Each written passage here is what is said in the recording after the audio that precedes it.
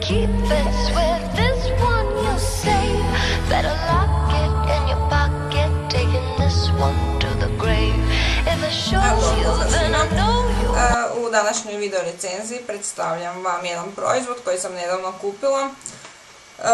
Ovo je dakle proizvod o kojem sam vam već dosta pričala, no ovo je jedna drugačija varijanta, pa stoga je eto nastala potreba za novom recenzijom. Radi se o novoj Garnierovoj BB kremi koja je namijenjena za masnu i mješovitu kožu, dakle ima mat efekt. Ako se sjećate, ja sam vam prije nekoliko mjeseci, odnosno kada je u Hrvatsku stigla prva Garnierova BB krema, Miracle Skin Perfector, napravila recenziju gdje sam malo ispričala o tom proizvodu. Budem vam stavila i tu post link da si možete malo se podsjetiti eventualno. Evo, ja ću nekoliko riječi općenito ponoviti, tako da eto čisto budemo upućeni. Dakle, BB kreme su zapravo tonirane kreme koje koristimo umjesto tekućih podloga, osim što dakle prekrivaju neke manje nedostatke i nepravilnosti, licu daju jedan blistavi sjaj, zatim hidratiziraju kožu lica, a isto tako u sebi sadrže i zaštitni faktor. Ova tu ima zaštitni faktor 20 o kojem vam danas pričam, tako da eto, to je dakle 5 funkcija, a sve ih možemo naći dakle u ovom proizvodu, u BB kremi. Također bila sam vam pričala da koristim i mišine BB kreme. Njih sam naravno počela koristiti iz razloga što u Hrvatskoj nismo imali niti jednu za kupiti. S njima sam također zadovoljna, uglavnom sam koristila mišu PC i Signature, a sad otkad imamo i kod nas nekoliko izbora, morala sam naravno i njih isprobati. Osim ove Garnierove dvije varijante, nedavno je stigla i prva L'Orealova BB krema koju sam također kupila i uskoro bude i za nju recenzija. Pa eto, vratimo se mi na ovaj današnji proizvod. Dakle, izgleda ovako. Pakiranje je malo drugačije od one prethodne i razlika je također u količini. Ja mislim da ova dolazi u količini od 40 ml, a ona standardna prethodna u količini od 50 ml, a cijena joj je kojih 49 ili 52 kune, tako nekako. Već sam nekoliko puta napomenula da slabo pamtim brojeve. Pakiranje nije isto kao i ovo prethodno, nego ovako duguljasto. Izgleda dakle ovako. Dakle, kao što sam rekla, namijenjena je za masnu i mješovitu kožu i ima u sebi kao taj mat efekt. Dakle, kada je uspoređujem sa ovom običnom Garnierovom BB kremom, stvarno je razlika.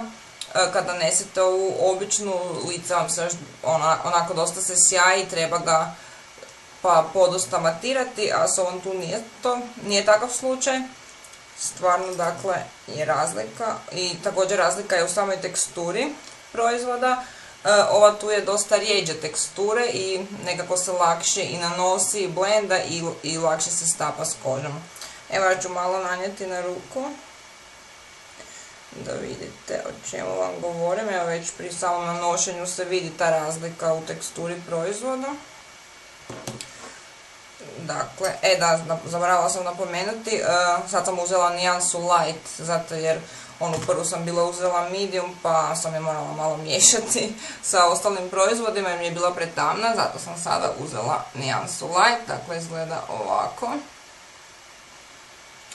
I sada ću je malo sa kistom izblendati na ruci, čisto kako bi mi mogli vidjeti kako to izgleda. Dakle, ovako. Možda se ovako na prvu čini svjetlo, no stvarno nije. Lijepo se stopi. Evo, ja mogu malo i tu nanijeti. Dakle, ako možete vidjeti, vrlo se lijepo stopi sa kožom lica i nije presvjetla. Što se tiče prekrivanja, ja bih rekla da je ono onako prosječno, naravno od od BB krema, dakle od ovakvog tipa proizvoda ne možemo očekivati sad nekakvo prekrivanje kao što je to sa nekim tekućim podlogama, što je i čisto logično, no za neke manje nepravilnosti i nedostatke mislim da je čisto solidno. Naravno ako imate većih problema, naravno i onako ćete morati koristiti korektor. No eto, mislim da je ovaj proizvod super za ljeto kada su tekuće podloge ponekad jednostavno preteške da ih nosimo cijeli dan na licu. S ovim proizvodom koža jednostavno lakše nekako i diše, a odmah je i hidratizirana i zaštićena od sunca. Što još nisam napomenula? Mislim da sam rekla sve bitne stvari, ne mogu se sjetiti što mi je eventualno promaklo.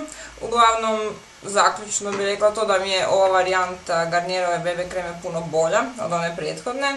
I zbog te teksture, i zbog samog nanošenja, blendanja i naravno nijansa mi je ova svjetlija puno bolja. Eto, ukratko to bi bilo sve što sam vam htjela reći o ovom proizvodu. Uskoro bude recenzija i za L'Orealovu BB kremu, pa ću malo i napraviti kao neku usporedbu. No, ova L'Orealova je malo drugačijeg tipa, tako da sve budete vidjeli u recenziji. Također, ako ste ovaj proizvod već kupili i koristite ga, slobodno u komentarima napišete i vaša iskustva, te dojmove naravno o ovom proizvodu. To bi sada stvarno bilo sve, hvala vam što pratite moj blog i pozdrav do sljedeće recenzije.